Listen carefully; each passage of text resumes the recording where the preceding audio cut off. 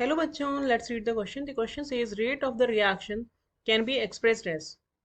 Statement 1 is the rate of decrease in concentration of any one of the reactant. Statement 2 is the rate of increase in concentration of any one of the product.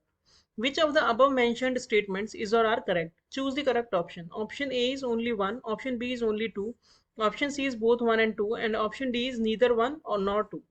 First of all, let us check the key concept of the question.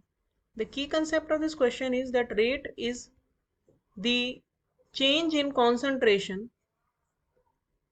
of the product or the reactant in unit time.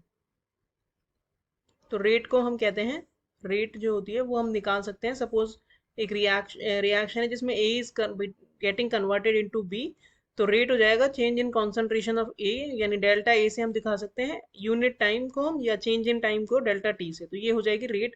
Reactant क्योंकि decrease होता है with time, इसलिए यहाँ पे minus आएगा.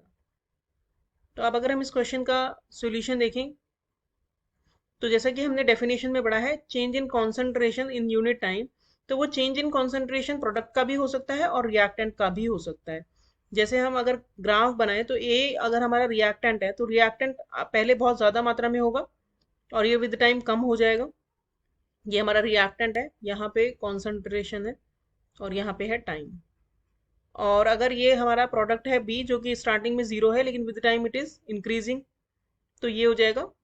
तो इन दोनों के ही चेंज इन कॉन्सेंट्रेशन को वी कैन से रेट. तो रेट हो सकती है हमारी minus delta A by delta T और delta B by delta T, यानी कि decrease in concentration of reactant divided by time and increase in concentration of product divided by time. तो यानी कि ये दोनों ही स्टेटमेंट करेक्ट है. तो हमारा करेक्ट आंसर हो जाएगा option C. Hope you understood the solution well. Thank you.